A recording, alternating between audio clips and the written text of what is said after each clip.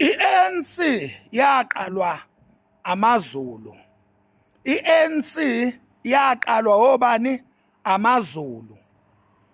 Ubaba uPixley Kaseme was a Zulu speaking person. The first ANC president was a Zulu speaking person. If I'm not mistaken, ubaba uJohn Langalibalele Dube. The first ANC president. I-ANC kahle kahle eyakwaZulu. Yabe sintshontshwa amaXhosa, ayintshontsha amaXhosa maqede ayidayisela abelungu lemsunyo nina le. Ayintshontshe i-ANC yakwaZulu maqede ayidayisela abelungu. That is why AmaZulu have been trying all the time. AmaZulu have been trying to rescue ANC because the ANC was a representative of blacks back then. All along, AmaZulu have been trying by all means to rescue ANC. Njalo mayisiqwilile isiyama spams. Ubaba uMsholozi wayeyikhomanda wamasosha omkhonto wesizwe kwi-exile. Uphiko olaliqalelwe ukuzokwephula noma ukuzorescueisha i-ANC eyayisi-defeated.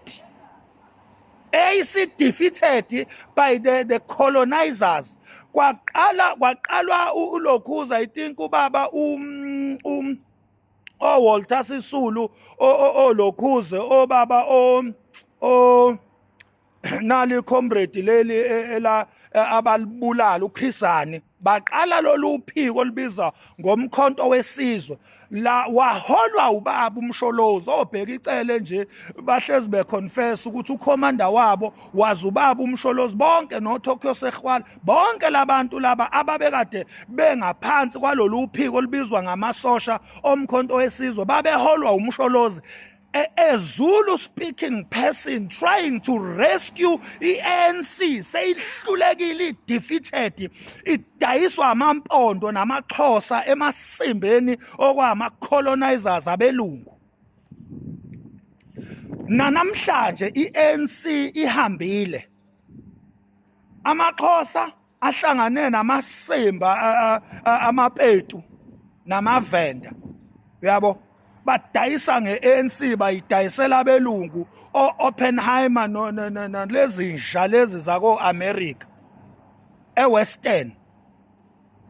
Ubaba uMsholozi have again established or re-established iqembu elanda leyanto eyayenzeka kwi-exile ukuthi kube nento ezozama ukulekelela i-ANC mase ihluleka of which amasosha omkhonto wesizwe ayezolwa izimpi ze-ANC but not within, from outside. Ingakho kwakuthiwa i-wing.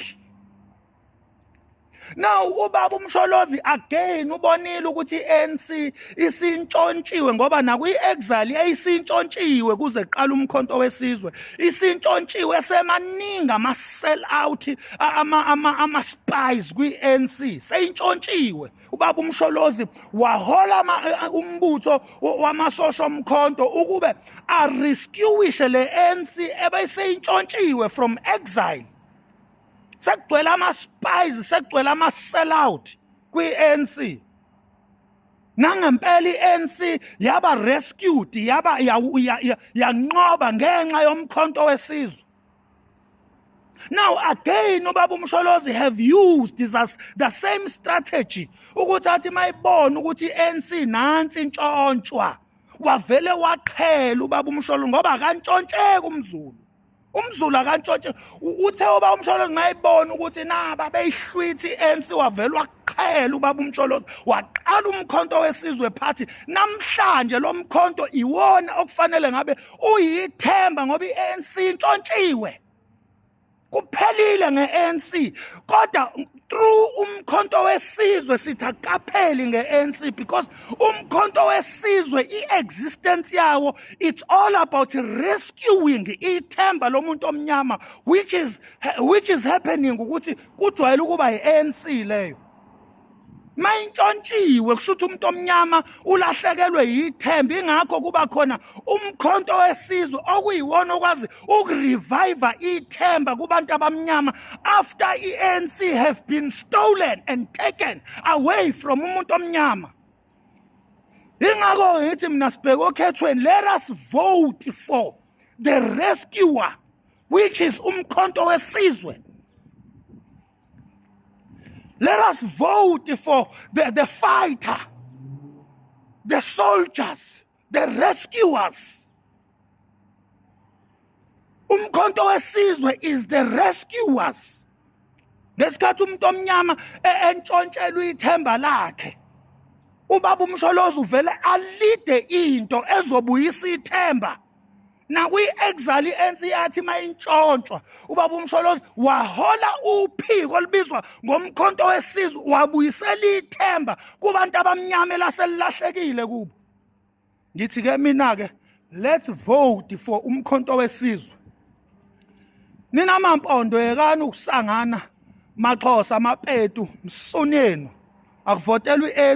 akuvotelwe i-MK party njengethemba elisha lomuntu omnyama. Fuck